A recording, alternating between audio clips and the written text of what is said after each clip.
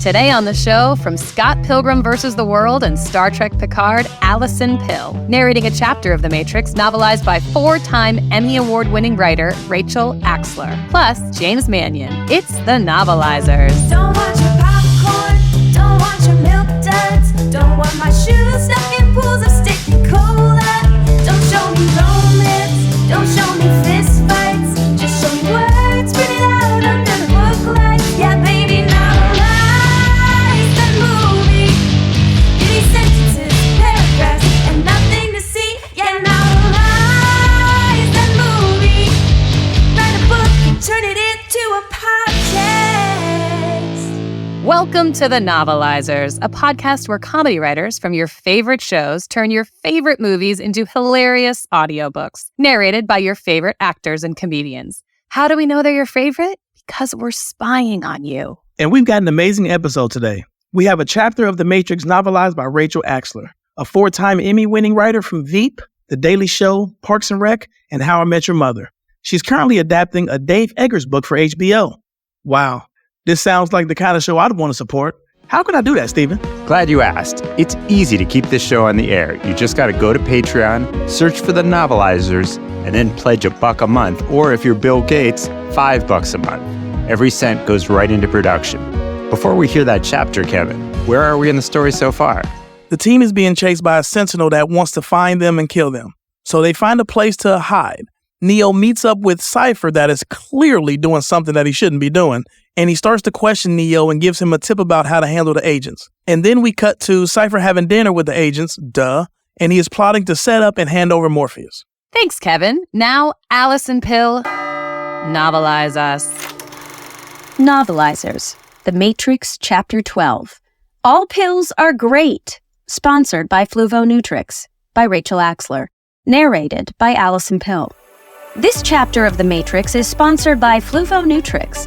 At Fluvonutrix, we follow in the shallow footsteps of science while firmly tucked into the large pocket of finance. Fluvonutrix, small pills, big pharma. Remember, that's Fluvo with a B. B-F-L-U-V-O. You know, the way people spell Fluvo. And now, The Matrix Chapter 12. All pills are great. In the ship's mess hall, everyone wears blue-hued cottons and the softest, floppiest hats known to man.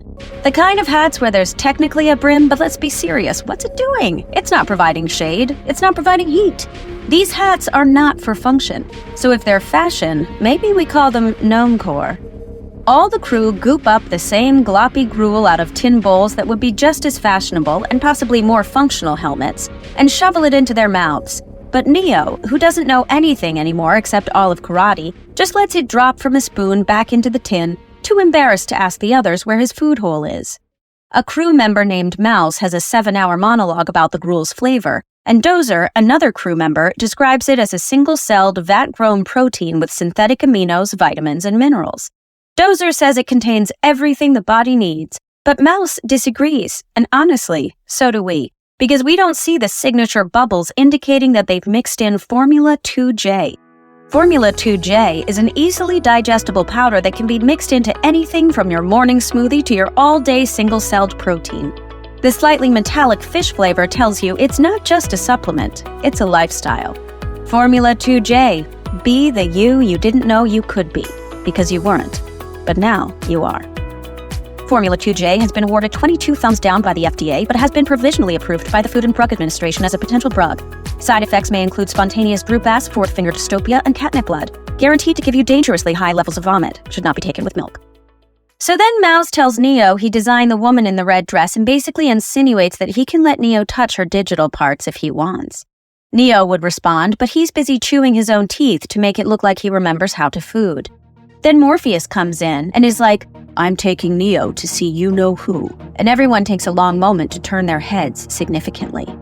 Neo, of course, doesn't know who, because 100% of his mental energy has been spent on growing back his eyebrow hairs, so they tell him.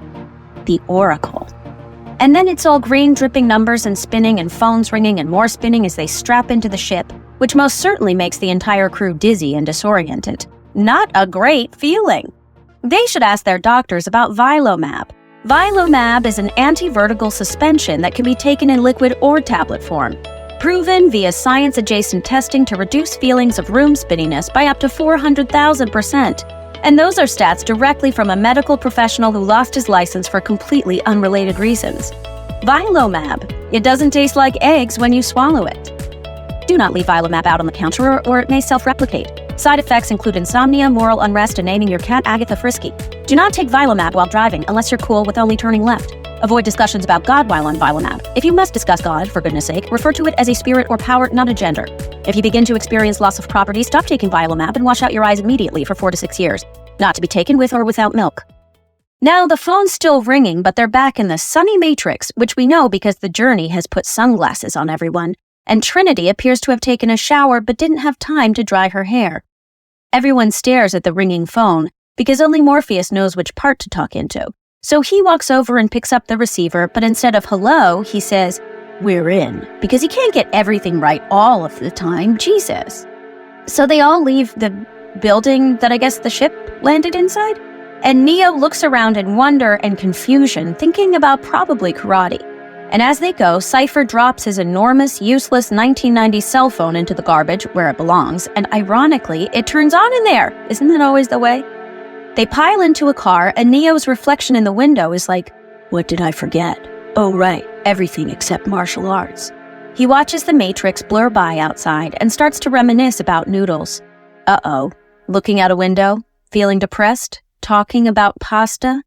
It sure seems like our hero's doctor should talk to him about Grabadoodle, the highly effective high-protein antidepressant that sounds like a type of dog. In quarter-blind tests, scientists found that Grabadoodle was in fact the only antidepressant on the market that can also be considered a low-quality meat. For a healthier today, tomorrow, try the pill that's definitely not just repurposed dog food. Grabadoodle, now available without a prescription anywhere low-quality meat is sold. Grabadoodle is not legal in countries with borders. Side effects may include gas, lots of gas, and perpetually wet hair.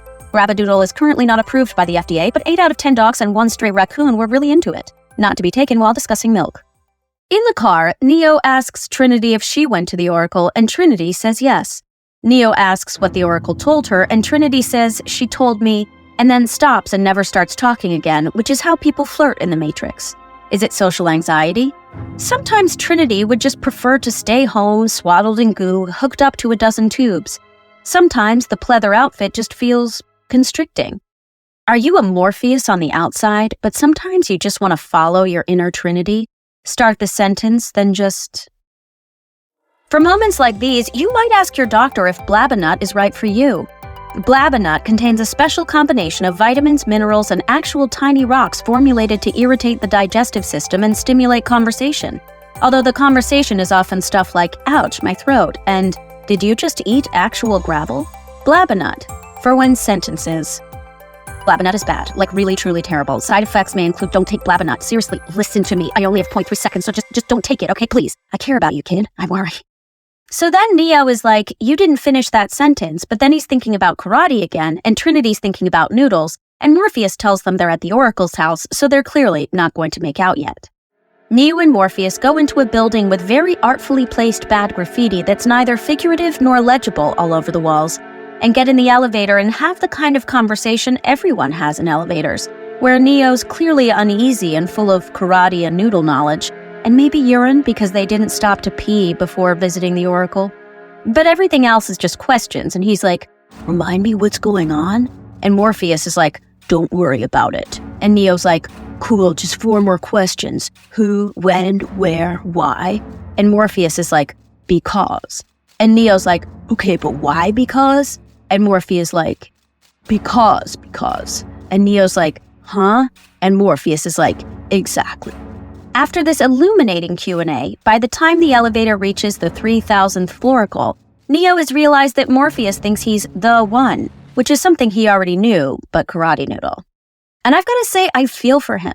Holding your pee in an elevator while discussing a savior prophecy about you, that's a lot of pressure, emotionally and on your bladder. For stressful times like these, 4 out of 5 disbarred doctors recommend Oracle. Oracle is a synergistic bioflavonoid supplement that provides instant bladder relief in situations like God complex, passport issues, and work-related.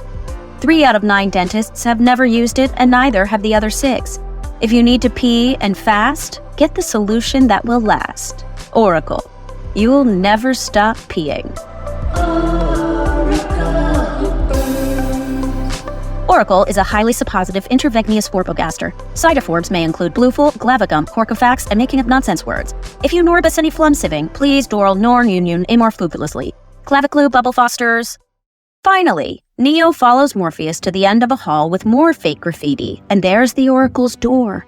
And it turns out the only reason Morpheus is there is to show Neo the door, because Neo doesn't know doors anymore. Which makes sense, since Neo's only sentences that didn't end in question marks in the past 24 hours have been about noodles. So Morph is like, this is a door. But then he makes a colossal mistake and tells Neo that he needs to walk through it, which is, of course, not how doors work. So they're at an impasse.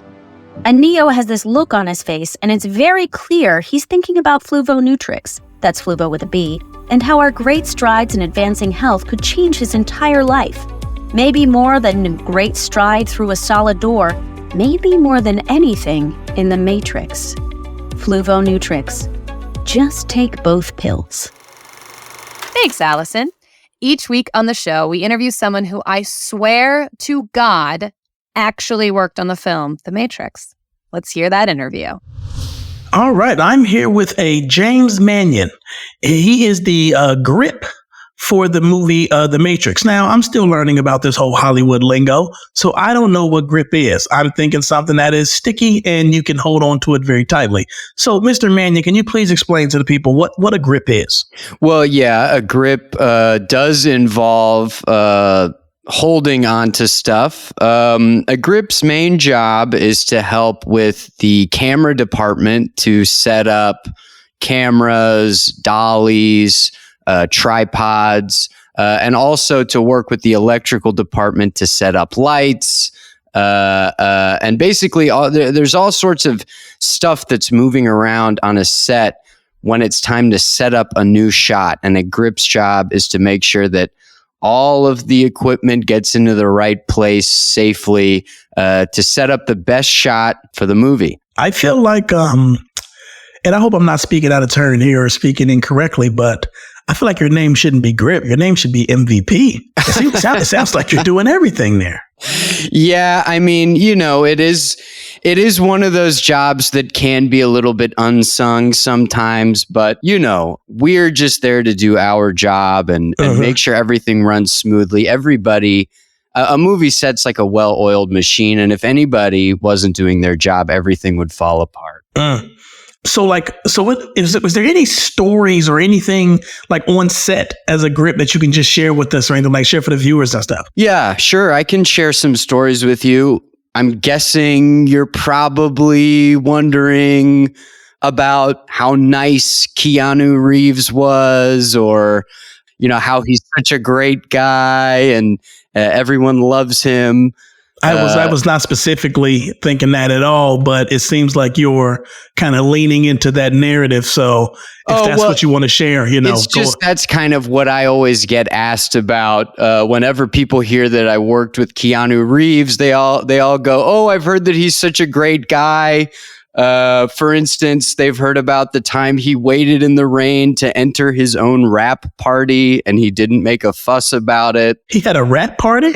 Yeah, there was a movie in 2014 where apparently the security didn't realize he was Keanu Reeves, and so they didn't let him in for 20 minutes. Who was doing the music? Who was the rapper? It was a rap party, WRAP. Oh, he had just rapped a movie of his, although there could have been a rapper inside at the party. Well, he has lost points in my book. I thought he was rapping. I was going to give him points, and now I'm deducting 2.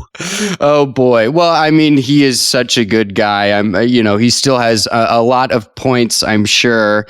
You probably heard about how he takes pay cuts and gives other people money on set all the time. That was true. That was true? Yeah, that was true. On The Matrix, he was giving out gifts to the crew. And he's known for taking pay cuts when he wants another actor to be able to do a movie. For instance, Al Pacino, when he was doing Devil's Advocate, he took a pay cut for Al Pacino to be on the movie. So I think, there's all sorts of stories. That's why I bring it up, because that's what people usually ask me about. Well, I'm just here to tell you, I am not asking about Keanu Reeves. Now, Okay. if you want to share, I'm more concerned about you, James. I'm concerned about the people want to know about you. Okay. So give us something about you. Okay, well, so there was one scene towards the beginning where Trinity is on a series of roofs. She's running away from Agent Smith. And that was actually a pretty difficult series of setups to get done. And I was moving around a lot of Apple boxes that day, trying to make sure that the camera operators had a place to sit. And, Keanu Reeves came over and he started picking up my Apple boxes and helping me to move them into the right place without even asking. And I thought, wow, this is so nice. But, it was a little bit like, is this guy like this all the time? Is he really so nice all the time? I mean, I kind of found it a little bit hard to believe personally, because nobody's nice 100% of the time. Even the nicest person cracks at some point. You know what I mean? Yeah. I agree. So I like the story, and I was very into it, and then we kind of got Mr. Reeves back in there. So thank you for that.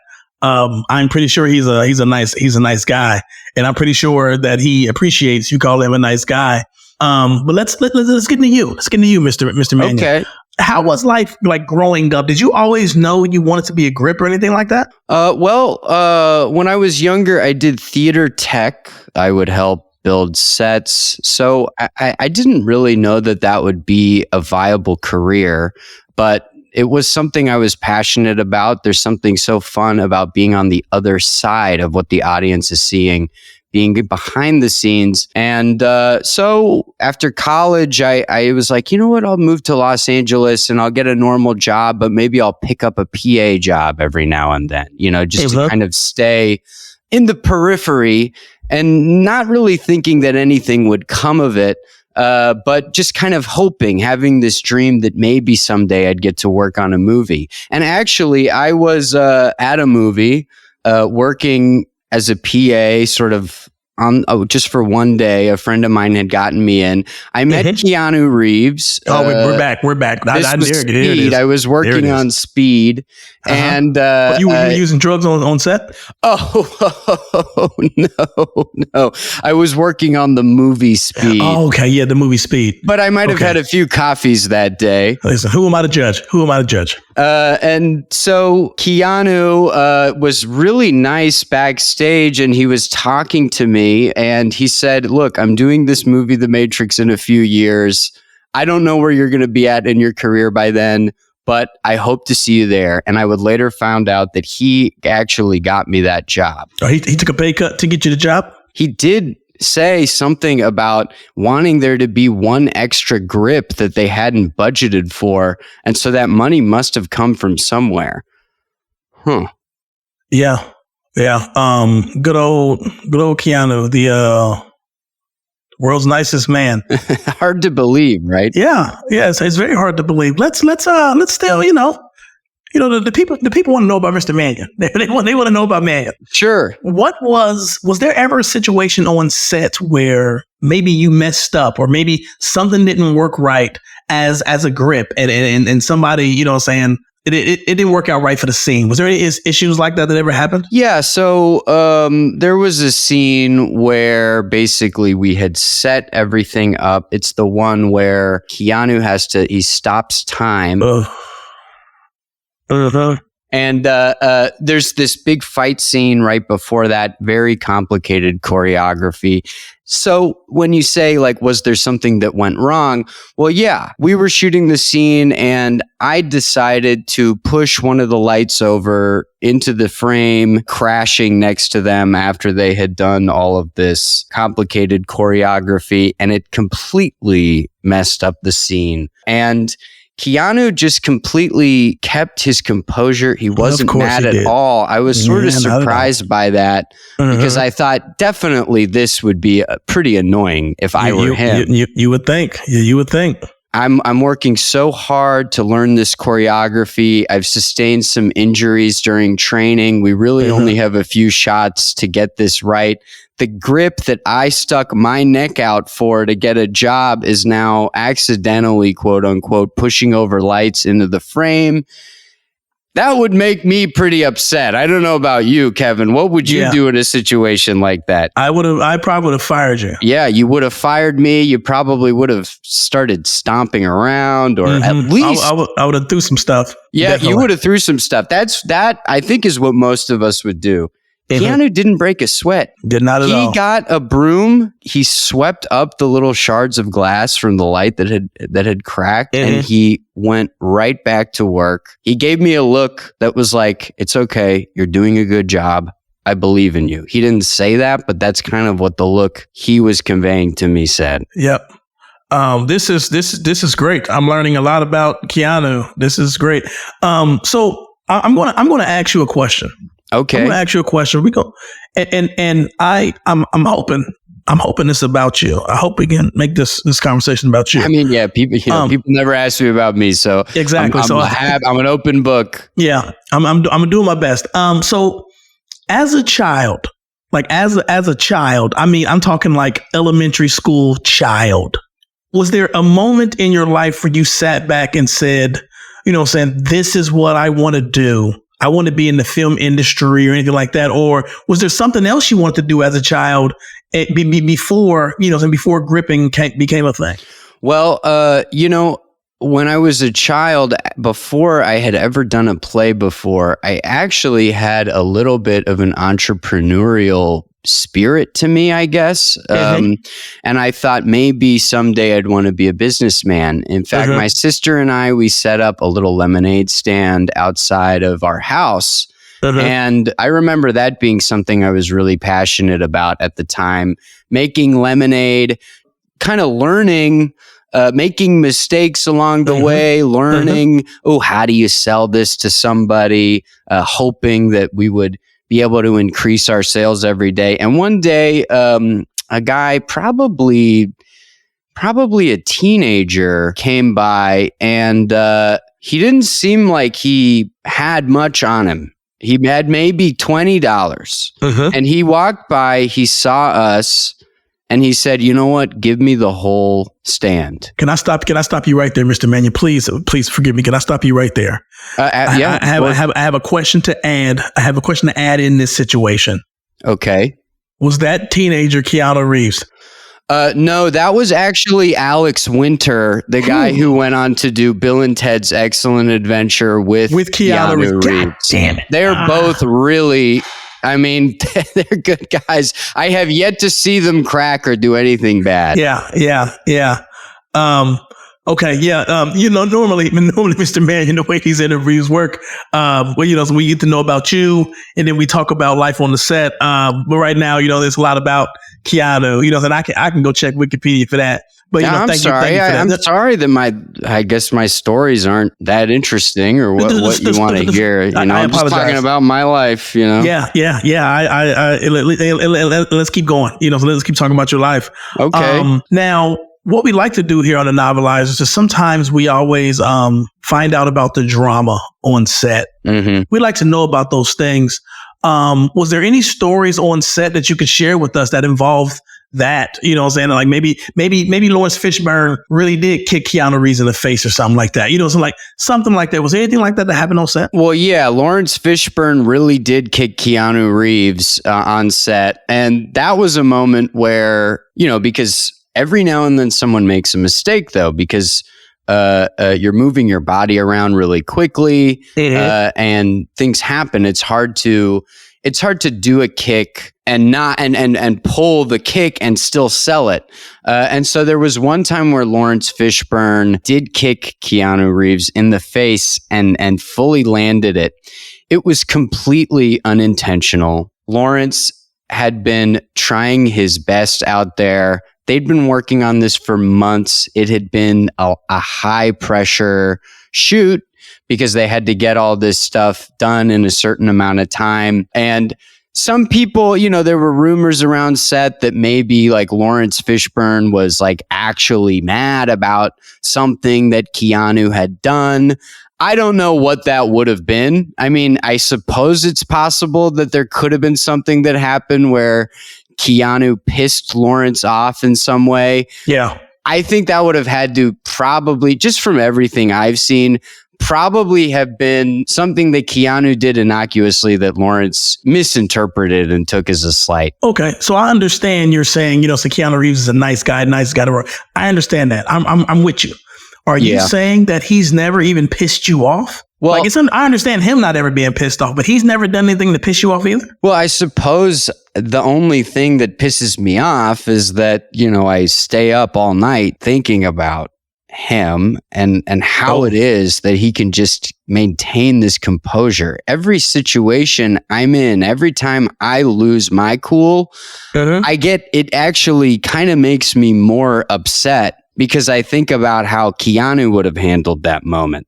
So, I mean, yeah, you're around someone like that for long enough who's so perfect, it starts to make you feel bad about yourself. So I guess, I mean, I don't know if that's something that he's done. I mean, obviously he didn't mean that, but it gets to you when you're comparing yourself to perfection all the time. Yeah, this is great. I'm learning a lot right now about Keanu. I don't know if you noticed or not. I haven't really told a lot of people, but I'm trying to get in the biz, right? I'm trying to get in the biz.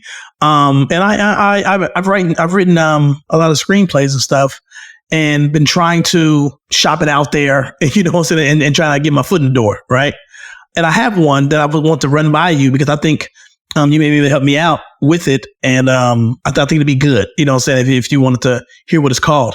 Okay, sure. The name of it is called Keanu, and so it's spelled like Keanu, but at the end is Y-O-U. You know what I'm saying? Wow. And it's a movie based on a guy who is too connected and too involved with the actor. And he starts to praise the actor, but slowly he starts to figure out, I'm a person as well. I have a life as well. And, I need to eat, pray, love my situation, So it's about that. It's a coming of age film that shows, we can sometimes get too involved with actors or actresses, and we have to find our own way. Oh, that's really interesting. Yeah.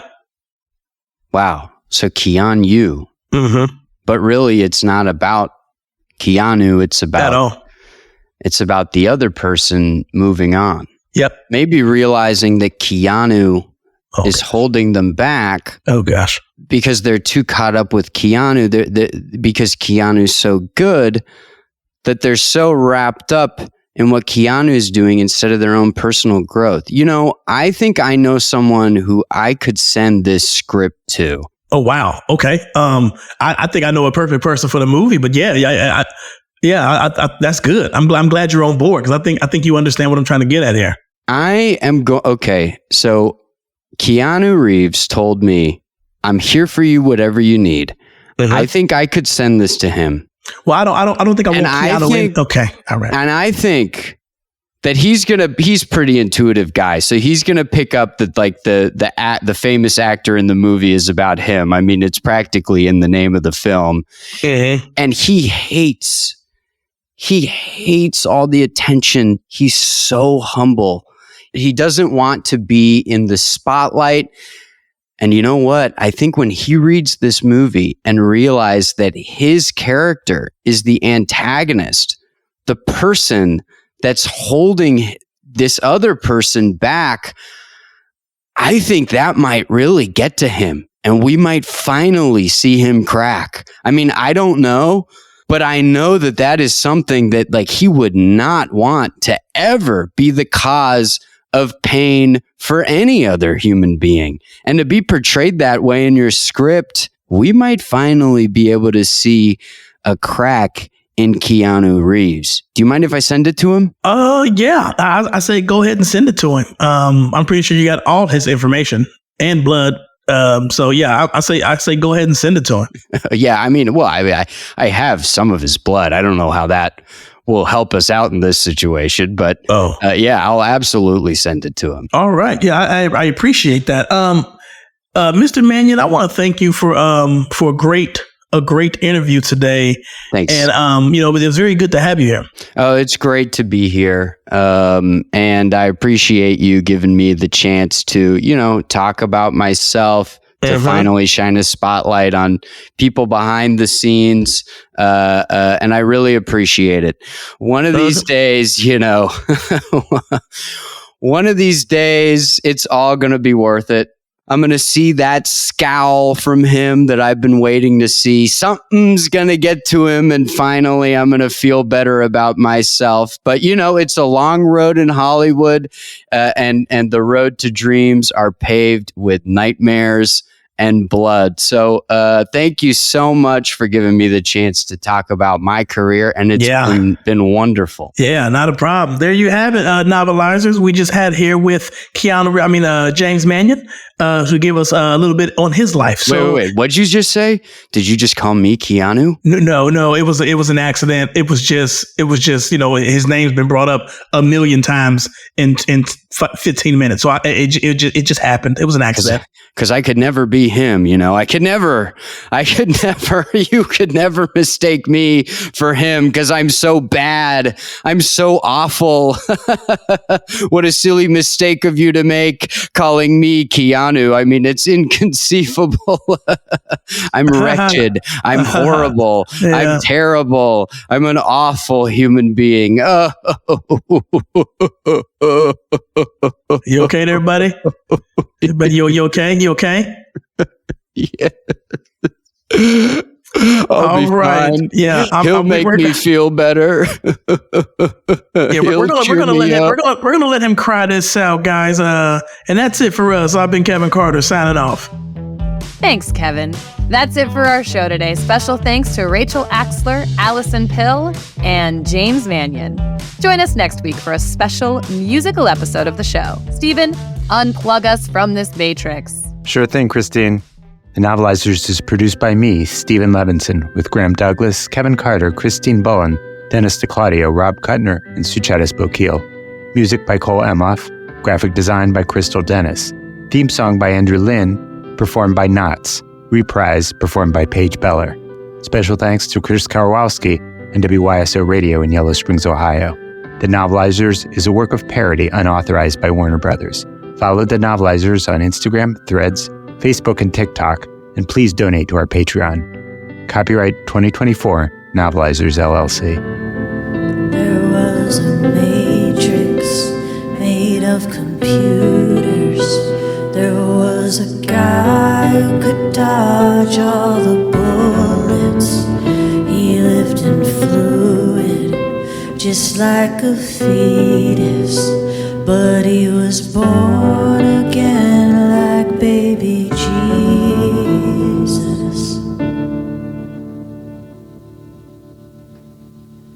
Novelize that movie, write a book, and also read it too.